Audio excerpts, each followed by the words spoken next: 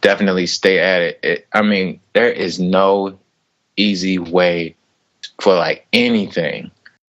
You have to grind. You have to be on it. You have to work hard. Like, you know, it doesn't feel good, but the outcome is dope. The outcome is great for sure. 1, 2, yeah. Come on. 1, 2, 1, 2, 1, 2. 1, 2, 1, 2, 1, 2. Yes, sir, you are tuned in.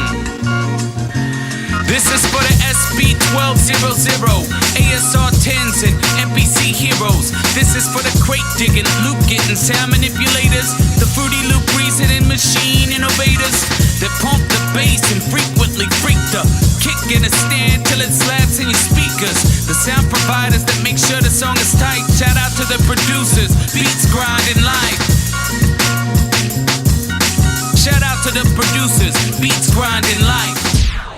Welcome to the Beats Grinding Life podcast with your host Siren, a weekly interview podcast with inspiring music producers, where every week you will learn from a different music producer how to potentially take your music career to the next level.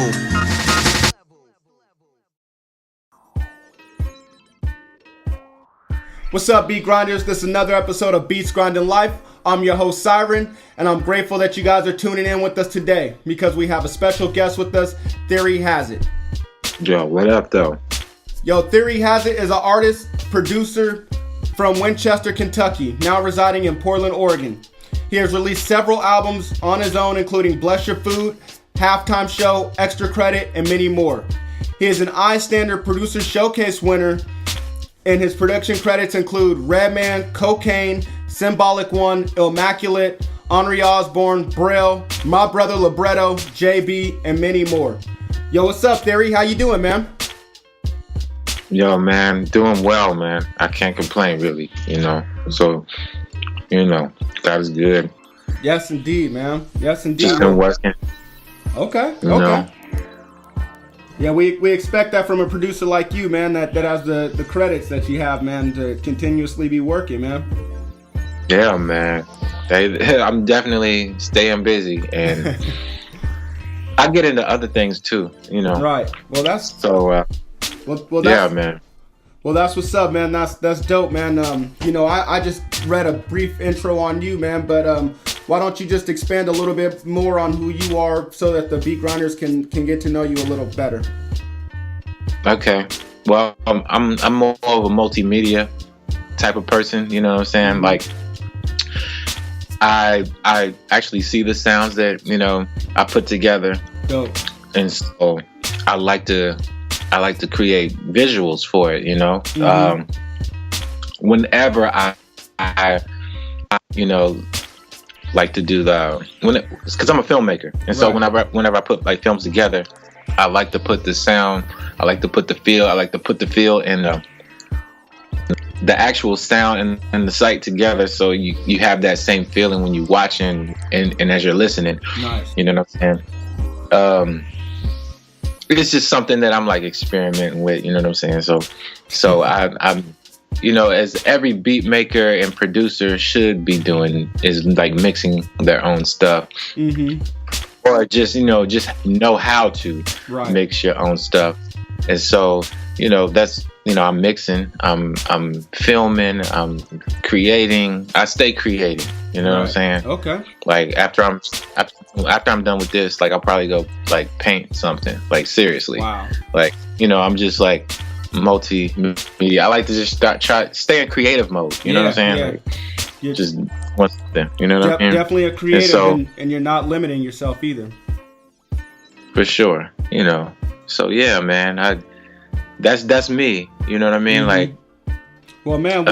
You're to go along with that, man. You're also a very humble person. You know, you make it seem like you dabble here and there, but man, I mean, didn't you just release a film? Not officially. Okay.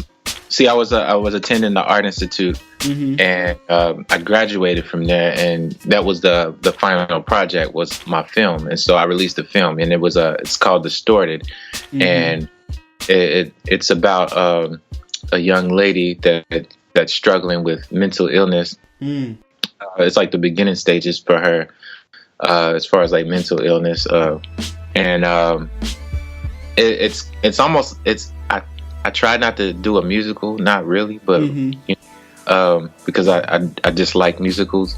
So what I tried to do was like, you know, create a little short film with some music videos in there. Nice. You know, because like most musicals, they're like over the top, right? You know, yeah, they are. There's not like a subtle, you know what I mean? Like, yeah, but yeah, I did that. I put that together and did that with friends and some classmates, and you know, we killed it. Now it's just in the stage of like properly releasing it. You know what I'm saying? Everything is done. Now I just go back and like tighten it and make it better. Dope, man. You know, just do some like fine tuning and then, you know, release it officially. Well, that's awesome, man. Well, I know I'll be on the lookout for it, man, and I'm gonna definitely keep all the beat grinders, all the listeners, keep them keep them up with it, man, by posting on social media or whatever whenever it comes out, man. So, word, appreciate it. All right, man. Well, here on Beats Grinding Life, man, we always start off with the beginning, man. And so I want to know, with you and music, man, when did it start for you? When did you know that you wanted to become a music producer, and how did you get into it? Well, man, that's gonna be a long answer, yo. That's all right. We got time.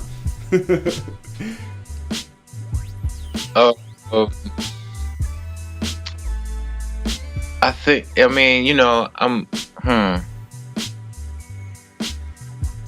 you know, music just makes, you know, changes the mood. It definitely makes me happy, especially, you know, funk. I would say funk and hip hop. Maybe the first time I heard funk, you know, and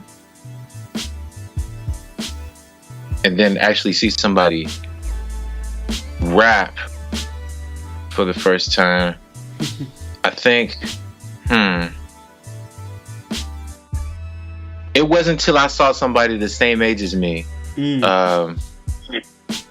that was started spitting, and I was just like, oh, hey, what? I could do that. And so I started writing, and then I started writing, and then, you know, I had the desire of being in groups, and so I got with these dudes, and we were a group, and then I really wasn't really into beats. You know, I was like kind of like DJing. My mom bought me like this whack turntable, and I started like looping, like, you know, some breaks, but, you know, with the pause button. So just taking like records and throwing them on tape, and I guess like going back and forth to the studio with these dudes, and then, you know, one of the guys that I guess posed as the leader at the time, he was, you know, kind of like lying. You know, whenever I made a beat, he would like tell everybody he made the beat. So it's kind of like situations like that made me want to go do things by myself, and so I like just started teaching myself everything, and then like not really relying on other people to come through. Like, I mean, I desired to have that Wu-Tang Clan, you know what I'm saying, that crew, that pro era, that TDE feeling, but it was just what's there. Right. You know what I'm saying? Like, and so I had to go be, you know, self. I had to be multimedia. You know what I'm saying? I had to go teach myself everything. You know what I'm saying? It was, yeah. And so that's pretty much how I got into it. You know, seeing other people my age do it, and then, you know, I guess, I mean, just having those situations where I had to teach myself, you know. Right. Well, I mean, it seems like a lot of producers get into it that way through just out of necessity. You know, I mean, I started out the same way as wanting to rap, and then, you know, it was like, well, who are we gonna get our beats from? Don't want to download beats off the internet or whatever, so, you know, might as well, you know, make our own beats. And, you know, you were almost, it seems like you were kind of the same way. You know, you made some beats. Yeah. Somebody, you know, was saying that they made them, so you're like, no, I'm gonna just do all this on my own, you know. So, you know, that's cool, man. That's cool. And I mean, it seems like the same with you, you know. I mean, you kind of do it all, and I'm pretty sure, you know, that started at a young age when you felt like you had to just, you know, teach yourself everything. Yeah, for sure. Okay. All right, man. Well, when you first started out, man, what was the first piece of equipment or software that you started out with? MPC 2000. Nice. And Cubase. Nice. Cubase. Okay. Yeah. Going back. That's what's up, man. Okay. And how did you cop that? Because I mean, back then the MPC was an expensive piece, man. So I mean, how did you cop that? Was it money that you saved? Was it just like a large sum of money that you got, or I mean, how did you cop that? Was it a gift? Nah, man. You know, I just, you know, I was really into the streets, and so I robbed fools. Like, no, I'm just playing. Well, for real, okay. I'm not downing you, you know. Nah. I had a homie from high school. He was a big dope boy, and he had a studio, and he was like, "Yo, if you come and like run the studio, then you know what I'm saying, you could work on whatever you want to work on, but you just need to like be the engineer." You know what I'm saying? So okay. But before that, I was just hitting up studios and just kind of like making beats here and there, like. But you know, that wasn't my equipment. You know what I'm saying? That right. and in this case, it still wasn't my equipment. But I got to know the MPC, and I got to create so much stuff with it. It was like, and then from there, I moved on to like this little piece of equipment called the Zoom, Zoom 224. I think it's the Zoom ST224. It's pretty dope. Okay, I never heard of that. Yeah. Okay, I'm gonna look that up. All right. Well, as you were making beats and as you were trying to make a name for yourself, who were some of the producers that inspired you coming up? Eric Sermon. Nice. That's that Rockweiler. Dr. Dre, of course. And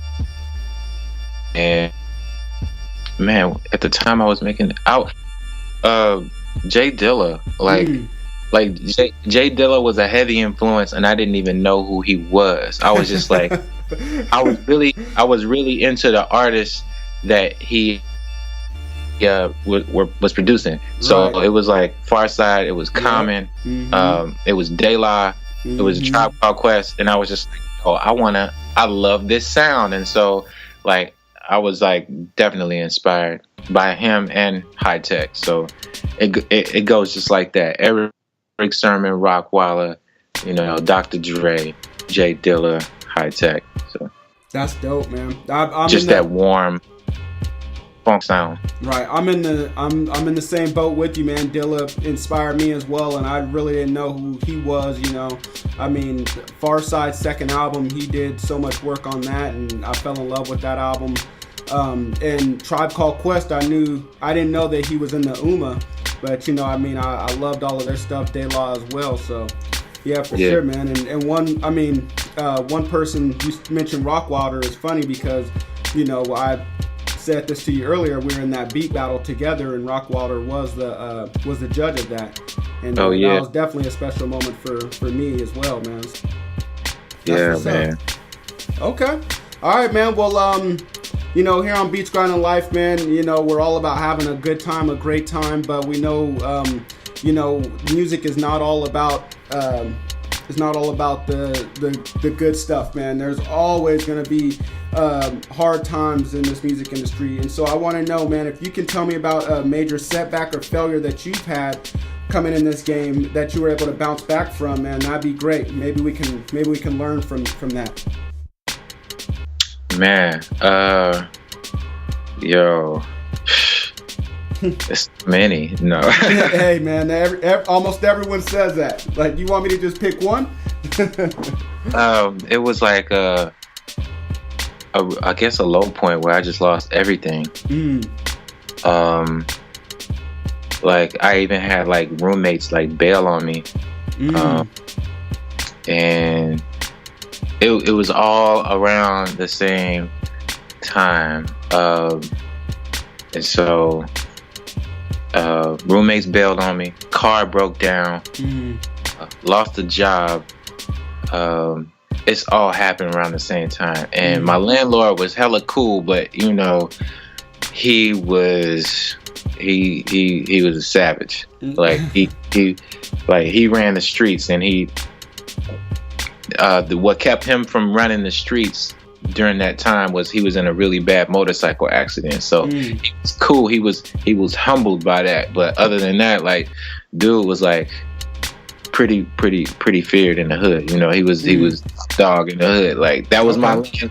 And he was, you know, and we was hella cool. That was right. That was funny. But yeah, man, just that moment, just like having everything and then losing it all. And when it rains, it pours, huh? Yeah, it all at once. It's crazy. Man. It was crazy. Yeah. Wow. Well, how were you able to? I mean, apparently you were able to bounce back from that. But I mean, what was that like? I mean, I'm sure you know you had to struggle for days and days. But I mean, when did it feel like you finally got back on your feet? Man, when did I feel like I finally got back on my feet? I would say, man, I don't know. I got married. Nice. And so, like, from that point of falling off, and then I went to go move in with like my homie, and him and his brother. They were DJs, and so I moved in with them, and then I ended up like later on meeting like the girl that I married, and but that's what's up. So I mean, all of that kind of like came together, but I would probably say that was my lowest point. Wow. Yeah. Well, I'm happy for that, man. Happy that you got on your feet, man. And I mean, I was talking to Samurai last week, and he was saying, you know, it's extremely difficult to even think about making music, you know, when you're not in a stable situation. You know? Oh yeah. And so, you know, when things are going crazy, you know, sometimes that can inspire you to make some music, but a lot of times, you know, you got other things on your mind, you know, that come to the forefront. Yeah. So. Absolutely. Yeah, it's so hard. It is so hard, man. Indeed, man. Well, thank you for sharing that, man. I mean, I know that we all go through tough times, and man, maybe somebody is going through a tough time right now, and maybe they can hear your story and definitely bounce back from that, man. So thank you for sharing, man. Yeah, man. No problem. No, not a problem. Okay, man. Well, let's hop on the other side of that, man. What's the greatest moment that you consider in your career thus far? The greatest moment of my career. I would just say like working with like making dope music with my friends. Like really, like nice.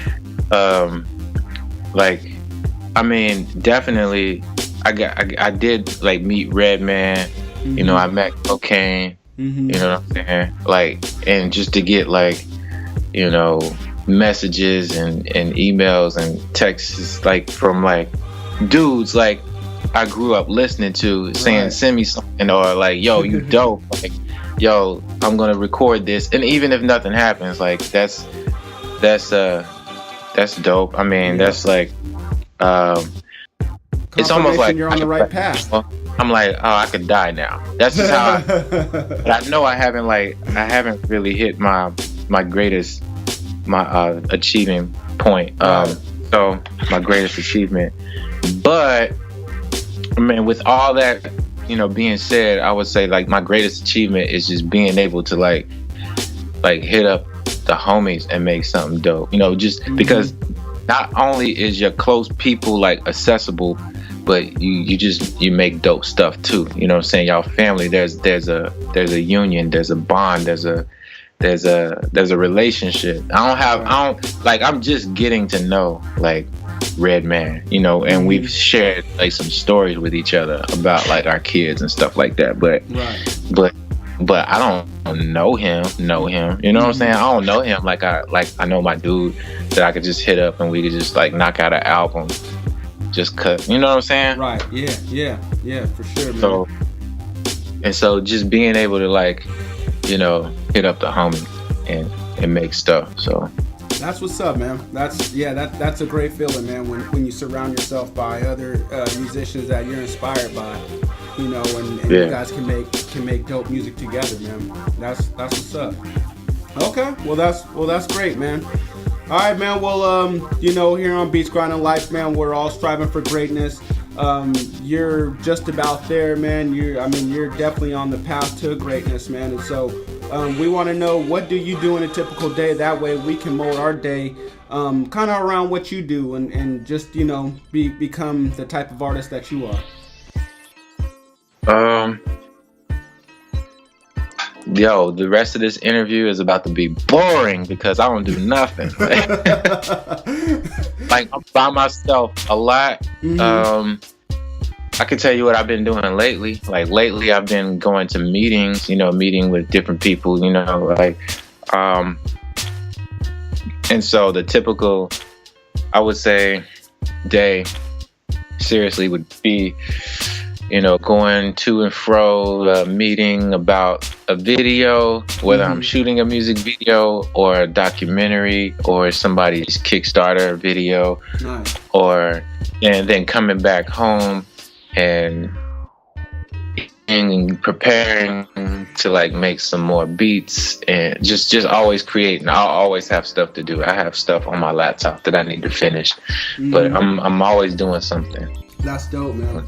Well, and that doesn't sound boring to me, man. That sounds super productive, and that's, you know, I mean, that's how you get to where you are, is always constantly working, constantly being inspired and doing things that, you know, that keep you moving and motivated, man. That's what's up. Yeah, for sure. Okay, man. Well, I love that answer, man. Thank you, man. I mean, if anything we can take away from it, like you said, just constantly on your grind and constantly moving, man. So thank you. Yeah, man, you're welcome. Okay, man. Well, this next portion of the interview, man, we like to call In the Studio. We can't be in the studio with you right now, man. There's just too many of us. I don't know if you want to fit us all in there right now. You probably could, but it wouldn't be comfortable. But the next best thing, man, is this portion of the interview where we get to figure out what you do and how you do it. So you ready? Yeah, for sure. Okay.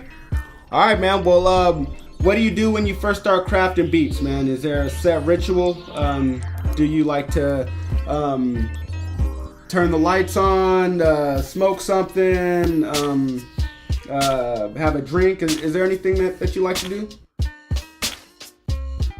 I listen to music. I sit in front of my laptop and I listen to music for hours before I do anything, and it's usually oldies or like soul ballads,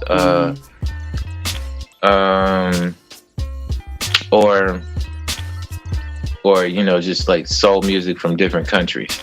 Okay, dope, nice. What country are you feeling right now?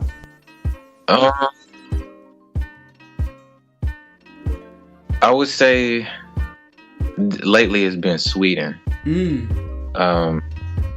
But I mean, they have like dope psych rock, and so does Japan. They have like dope psych rock too. But like Thailand, their soul music is dope. Wow. But nice. Okay. Yeah.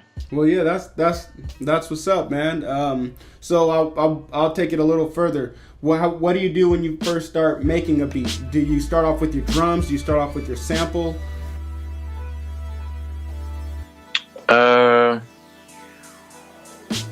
I start off like if it's like sample free, I start off with the drums. Okay.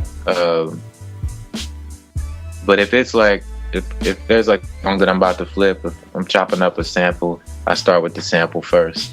Okay. Because it's like I don't know, it just takes longer if I start off with the drums and then I chop up the sample and the drums don't fit the sample. Right. Yeah.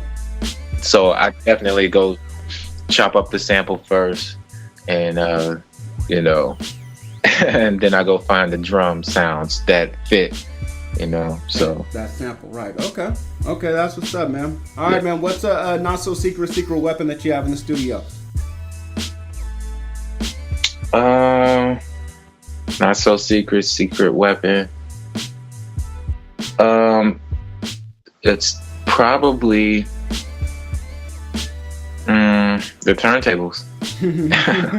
Nice. I like that. Because what I do is like it's weird, I'm a DJ too, so like I do like some cuts and scratches sometimes, like to do like to add watermarks right when I'm like presenting like my tracks to a client and they're like, yo, I need that. So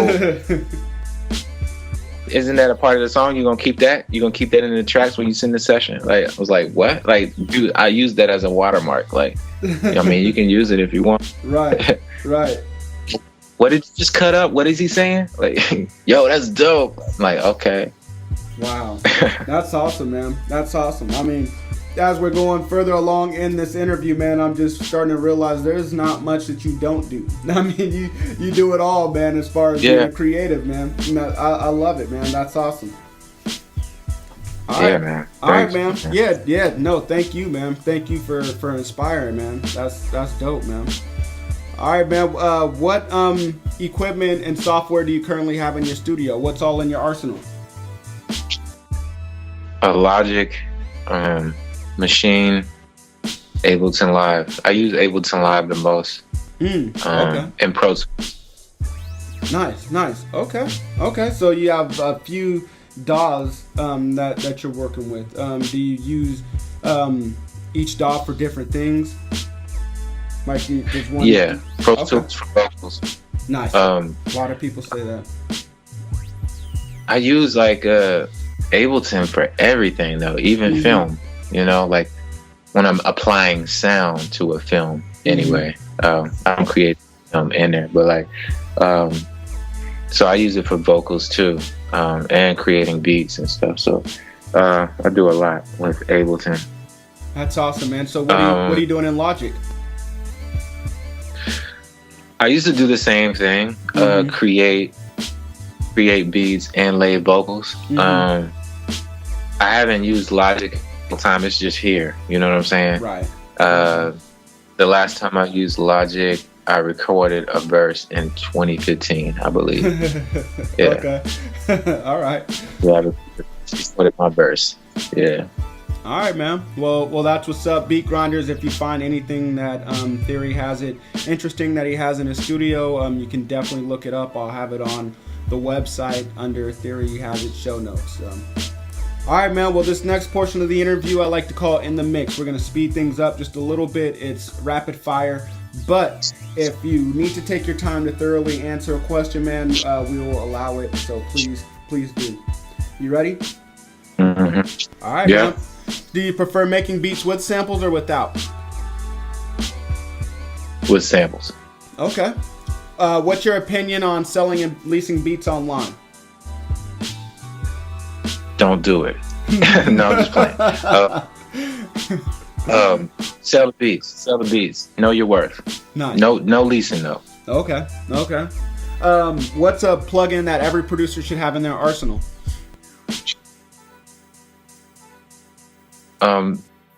It should. It's no specific one, but definitely a mastering a mastering plugin, the top that fits your speed, a mastering plugin. Nice. Okay. Yeah. Dope.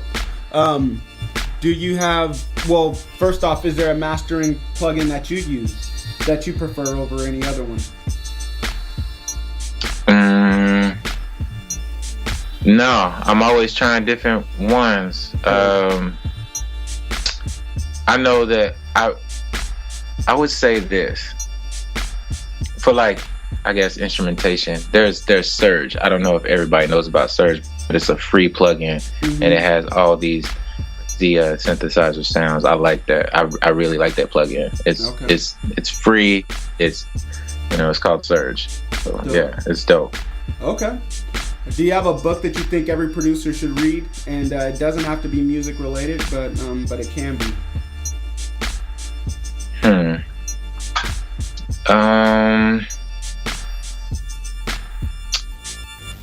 Not really.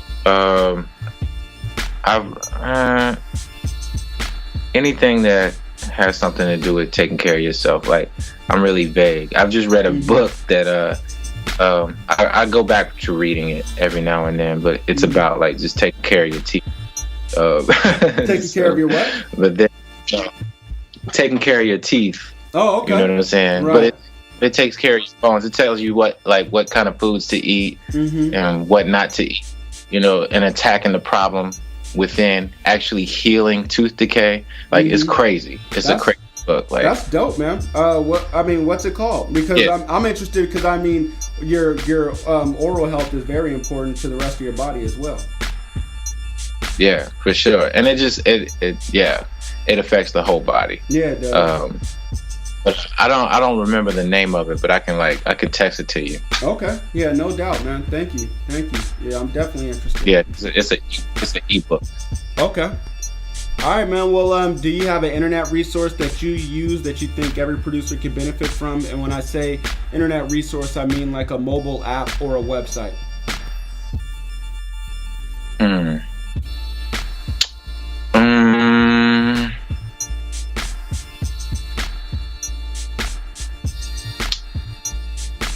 Internet resource. Let me look. No, not really. Let me see. I just deleted some apps. A mobile app on the phone? Nah, I don't. Like, I really don't. Let's see. Other than, like, anything. Like, I mess around with different apps that for, like, film. Okay. So say I did like a video where I'm showing off one of my beats that I'm like, basically I'm trying to sell a beat, saying, and I add like all type of effects or whatever. Like, I try like different apps. I download different apps on my phone and add all these filters and stuff like that. And so, like, anything that would help like generate interest. The product that you like. Right. Yeah. Can you give us one of those? Throw the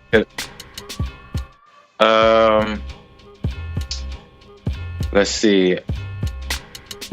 There's Cinematic. Nice.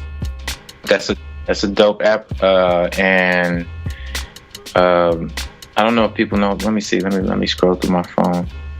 That's dope, because I recently saw where you were playing beats, but you were just sitting there, and you had all kind of effects on it, man. And it dope. It grabbed my attention. It had me sitting there. Your beats, of course, had me, engaged with the video, but also the effects, of just you sitting there was pretty dope as well. Let me look. Man, I appreciate that, man. Yeah, man. I'm always trying different stuff, like, and yeah, man. Sometimes I land on something and I'm stuck for a while because that's what works for me. But I'm trying something new. Well, Cinematic sounds great, man. I know I'll probably try that out. And Beat Grinders, I encourage you guys to do the same. Thank you, Theory, for giving us a resource that we can look into. Yeah, man. All right, man. Well, we are officially done with the presidents on Mount Rushmore. We're going to take off the president's heads. because we just figure, I mean, in our world, producers are more important. So producers are going up on Mount Rushmore, man, and you have been given the job to figure out which producers are going up there. Who's going up on your Mount Rushmore? Man, there's not enough room up there, but I'm just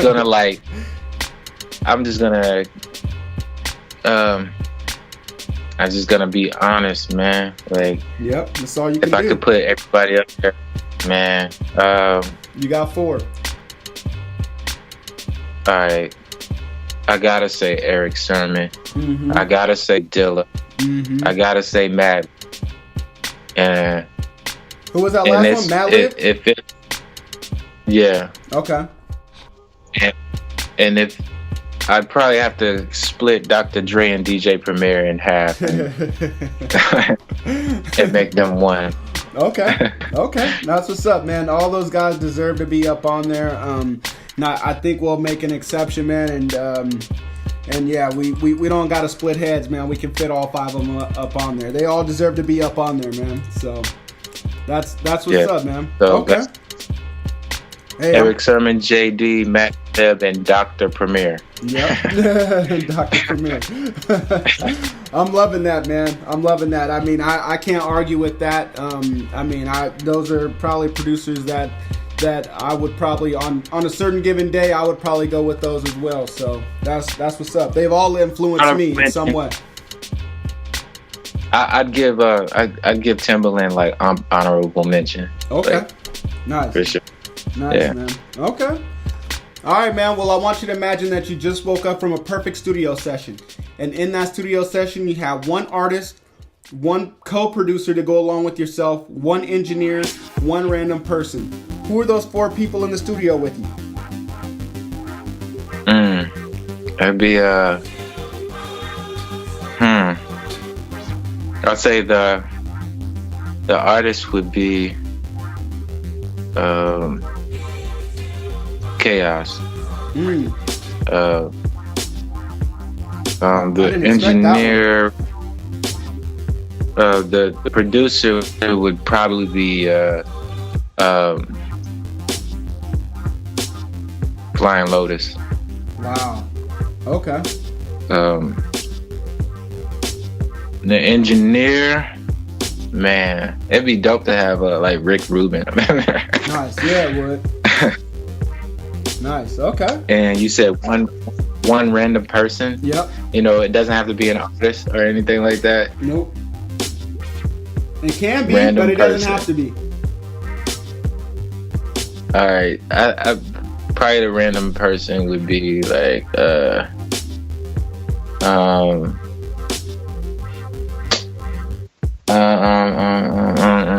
don't know.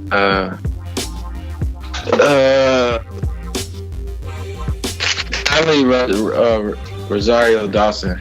Yeah. I'm not mad at you for that one, man. Okay.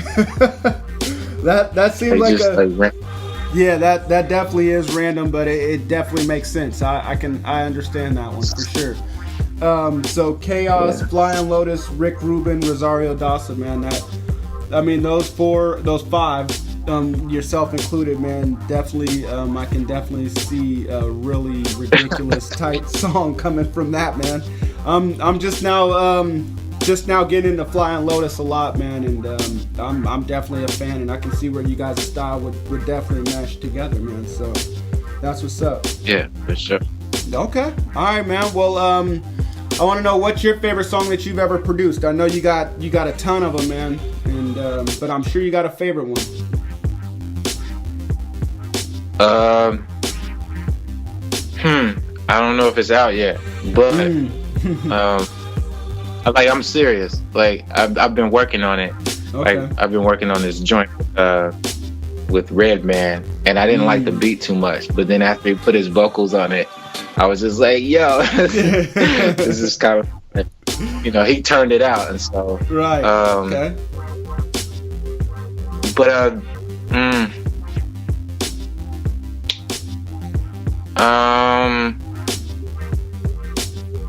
man, that's dope, man. I don't know.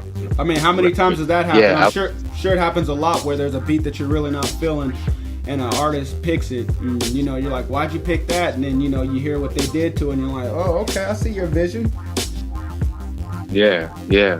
So I mean, I'll probably have to go with that one. Okay, that's dope, man. Well, I can't wait to hear it, man. And I know the beat grinders can't wait. Yeah, man. Yeah. We'll be on the lookout for all of Redman's releases, man, and definitely look on the credits to see who produced it. So that's what's up. Yeah. Okay. For sure. What's an album besides one that you worked on that you recommend every producer listen to, and why?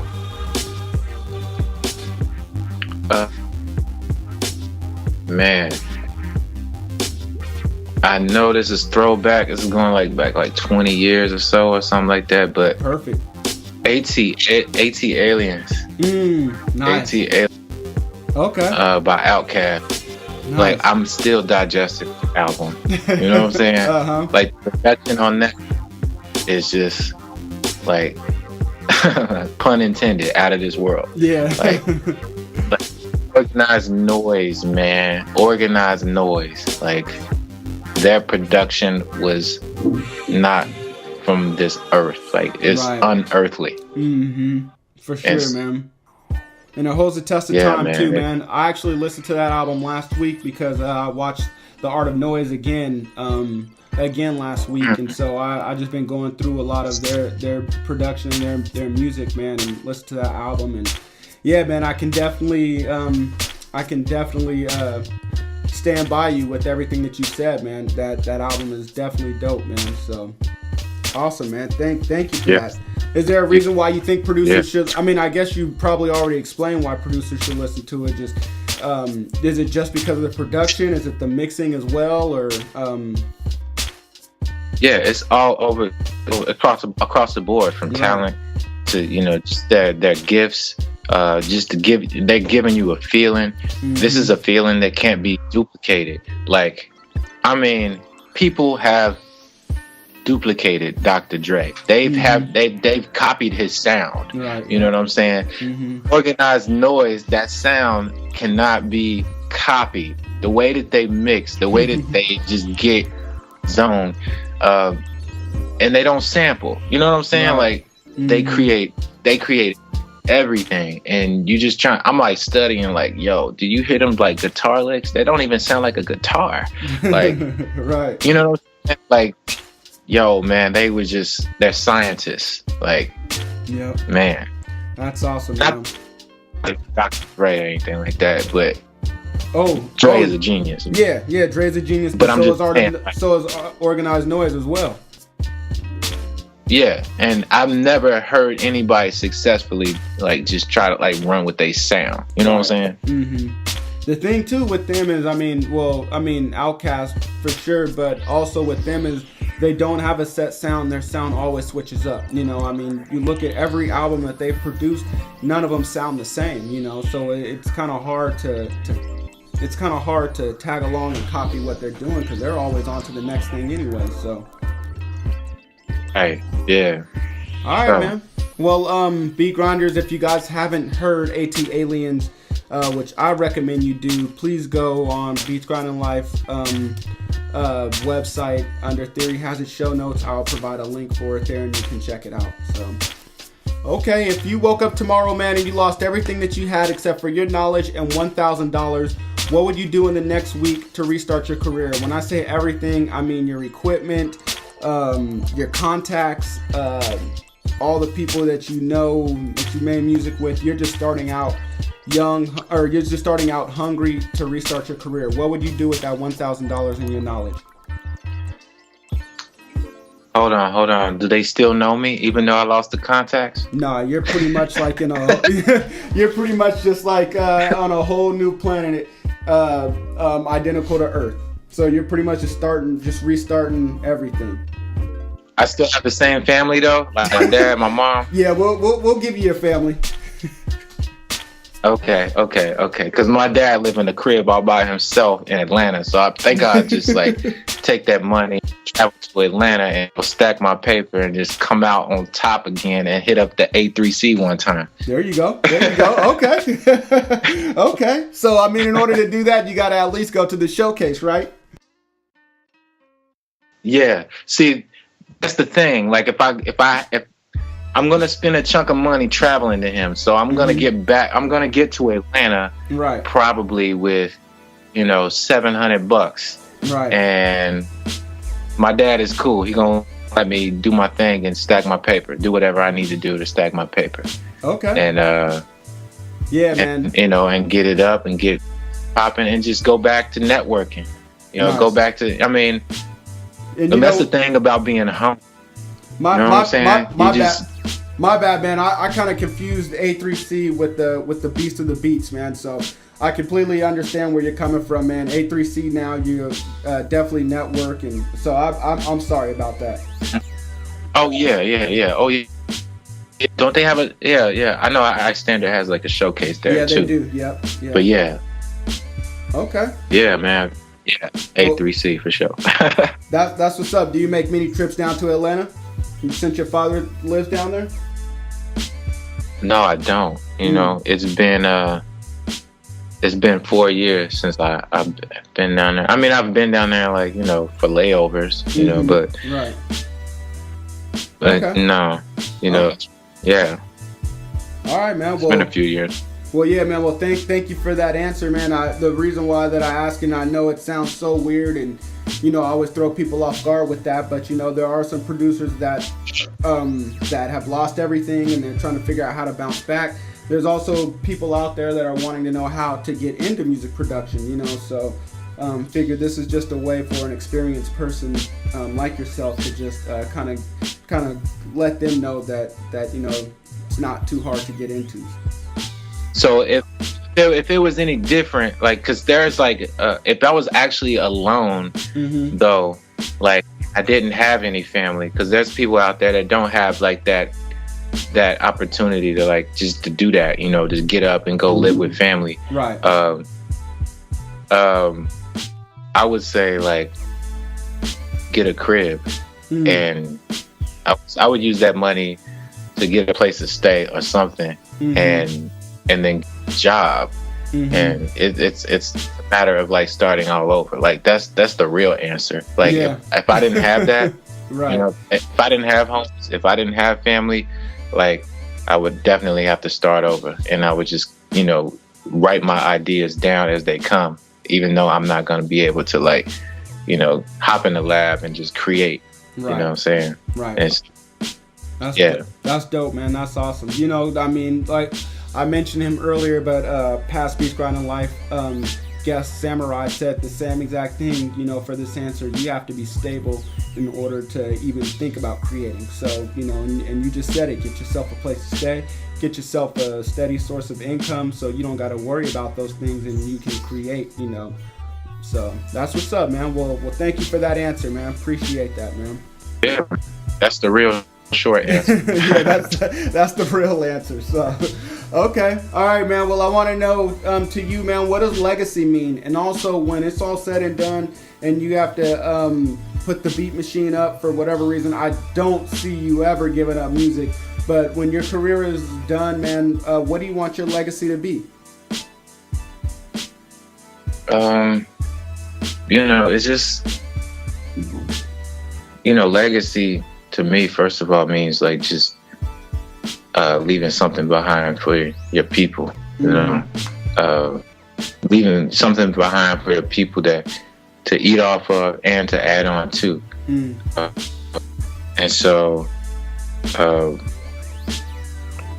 man, it doesn't matter really, like, definitely to preach to yourself, follow your heart, but at the same time, preach to your heart too, like, and just to kind of, it's really hard, but and easier said than done, but you have to be patient too, you know what I'm saying? And just definitely stay at it. I mean, there is no easy way for like anything. Right. You have to grind. You have to be on it. You have to work hard. Like, and it doesn't feel good, but the outcome is dope. The outcome is great for sure. So nice. Yeah, man. That's awesome, man. I mean, it just reaffirm. I mean, there's a lot of people that want that instant gratification, man. They want everything quick, and you know, I mean, it's real life, man. Nothing comes quick. Anything that comes quick is not worth having, you know, or anything that comes quick, it will definitely go away quick as well. So, you know, if you want to sustain success, like you said, man, you have to grind, you have to put in that work, and just be patient. So, thank you for that, man. Yeah, no doubt, man. All right, man. Well, what's the greatest piece of advice that you received coming up in this game? And what advice would you have for all the listeners listening today?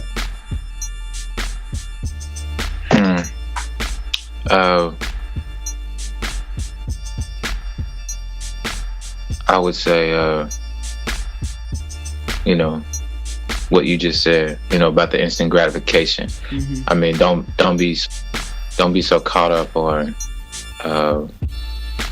just everybody else's success or hype right now. Mm-hmm. I mean, it's cliche, of course, but like, and everybody's pretty much saying it right now, you know. But definitely applaud like your people, your peers, or you know, even your local scene. You know what I'm saying? Like, if somebody from your city is getting it, like, applaud them, like, support them. You know, don't wait for them to pop. You know, because everybody is putting years into this. You know what I'm saying? Everybody's putting years into this, and there's people that I repost and I applaud, and they're not particularly my style. I can't see myself on a song with them.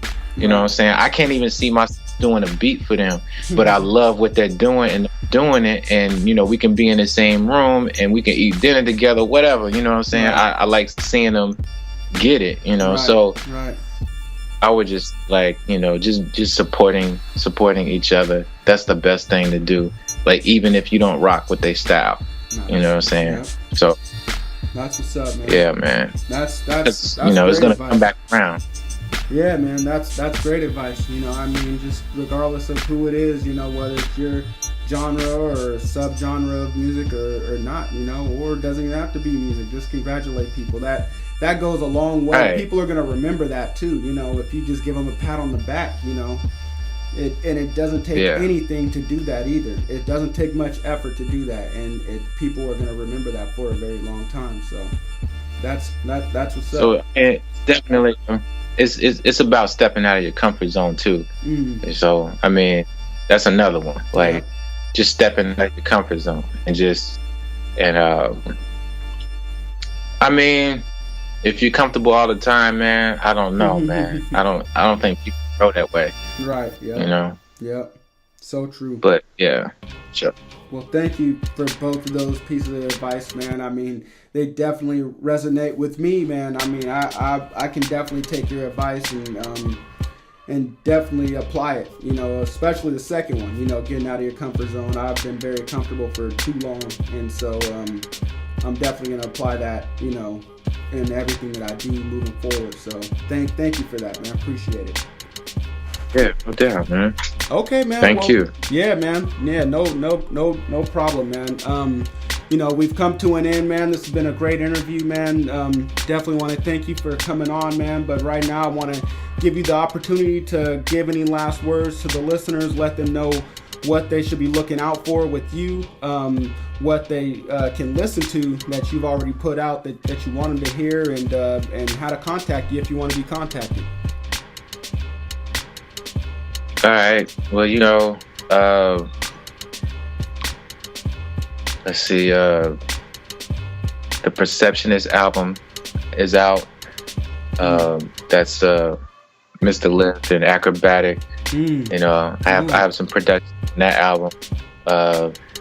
There's it's Kokaine, Not Lemonhead by Kokaine. You know, I got like 6 or 7 joints on there. Wow. And that I think that album doesn't have any features.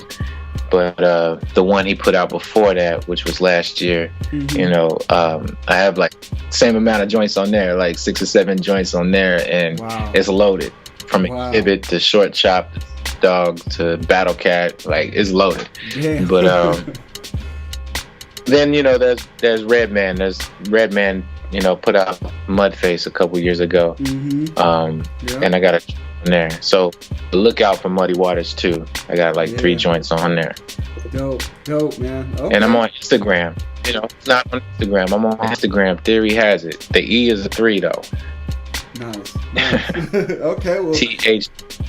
THIHAZIT. And yeah, man. Dope. Well, man, y'all be looking out for his Instagram and for everything that he mentioned. I'm definitely gonna. I didn't know that you were on the Mr. Lift album, man. So I'm definitely gonna listen to that when I get out of here and go to the gym. I'll definitely listen to Kokaine as well, man. I didn't know that you had so many joints on his last 2 albums. So definitely gonna keep those out, man.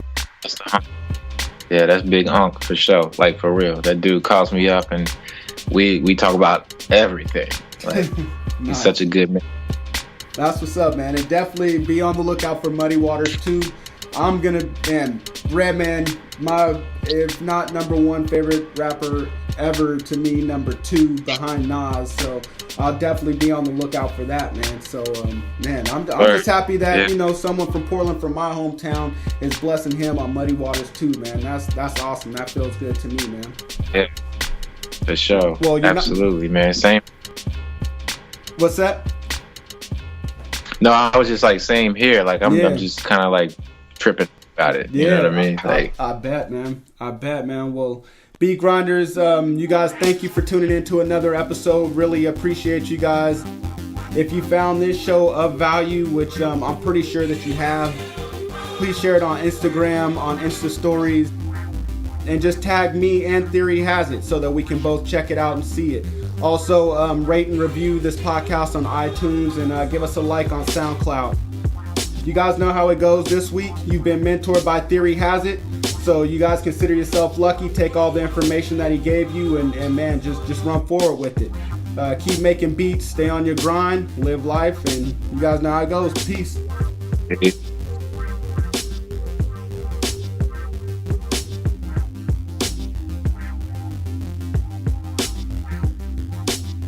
Here at Beats Grindin' Life, we want to thank you for listening to another episode. We want to know, what were your biggest takeaways from this interview? Just go to beatsgrindinlife.com and leave a comment on this episode's show notes page. Also, while you are there, go subscribe to the podcast on iTunes. Just click the little button that says subscribe. If you could, please leave a rating and review. Rating and reviews are the best way to show your appreciation because it helps more people find out about the podcast. So until next week's episode, keep grinding.